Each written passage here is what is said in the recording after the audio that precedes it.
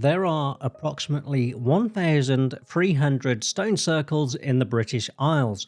One of these is more famous than the other 1,299 combined. Stonehenge, the enigmatic and mysterious stone circle, is famous around the world. In real life, it receives nearly 1 million tourists per year, and today we're going to go visit it in Minecraft. Hello, I'm AppFielder, and this is the first episode of History in Minecraft with me, AppFielder. All of the structures that appear in this series are being built in Minecraft Survival on my Minecraft server, which means you can come visit completely free. All you need to do is join my Discord, link is in the top right hand corner and the description below. Or if you want to build it in your own world, then the Litematic will be on my website, appfielder.com. Our story today starts in 3000 BC, that's about 5,000 years ago, 500 years before the construction of the pyramids. What I'm trying to say is, it's really old. If that's not astonishing enough, construction of Stonehenge took approximately 1,500 years, albeit it went through several different phases of construction during that time, and we're going to talk about a couple of the big ones. The first phase of construction at the site on the Salisbury Plains in 3100 BC was the digging of the circular ditch using tools made from antlers. The material from the ditch was used for the bank, this all being late Cretaceous Seaford chalk, hence the use of Minecraft's diorite. The bank is about 110 meters in diameter, that's the length of a football field, or soccer if you're in America, with a large entrance to the northeast and a second smaller entrance to the south. Just inside this area were 56 pits, now known as the Aubrey Holes, and whilst I've used them to place torches so creepers don't destroy the place, they originally held the cremated remains of 64 different individuals. Based on one study, it's believed that there were stones in these holes and they were possibly acting as grave markers. The next stage of construction, some 500 years later, are the large stones that are so iconic to Stonehenge. The sarsen stones make up the inner horseshoe, the outer circle, the heel stone, and the slaughter stones, a name it got from the Victorian times. There was no actual slaughter there. Each of these stones are 7 meters tall and weigh between 10 and 30 tons. They were actually dragged about 20 miles from the Marlborough Downs.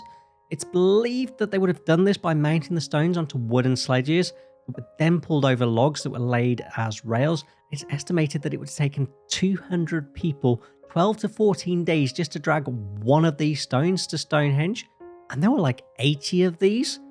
If that wasn't impressive enough, then the smaller blue stones, still weighing between 2 and 5 tons, and again around about 80 of them, were taken from a quarry in Preseli, Wales, around about 150 miles away.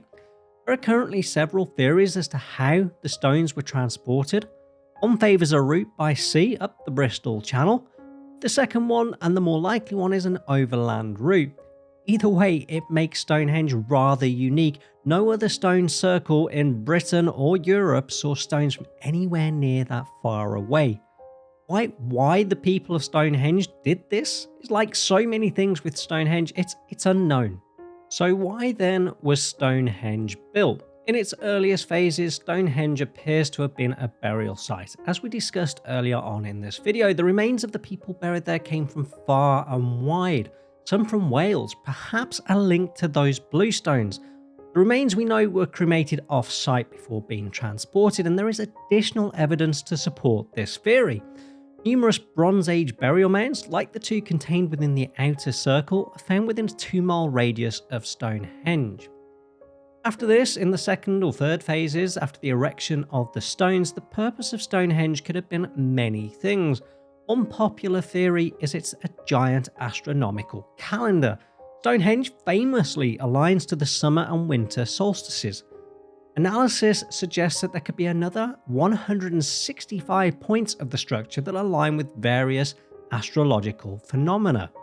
Another theory instead suggests that Stonehenge may have been a place of healing and pilgrimage, somewhat similar to Lourdes. Whilst I personally favour the astronomical theory, the truth of the matter is we probably won't ever know for certain. The people of the Neolithic period weren't really fans of writing things down, something I have in common with them, as my boss would attest to. At the end of the day, even if we don't know what it's for, we can still marvel at the effort and the ingenuity it took to build this iconic structure. I hope you've enjoyed the first episode of History in Minecraft. As I said at the beginning, this footage was filmed on my Minecraft survival server, and it's completely free to visit. You don't even have to pretend to be a pagan to get up close and personal with the stones. Just come join my Discord. The Litematic, if you wish to build this yourself, will be on my website, abfielder.com. A link will be in the description below. I'd just like to say a big thank you to my Patreons who help keep the Abfielder server free. If you enjoyed this video, hit that like button, consider subscribing to the channel, and I'll make sure not to drop the stones on your head should you come visit. Anyway, folks, that's all I have time for. I'm Abfielder. Goodbye.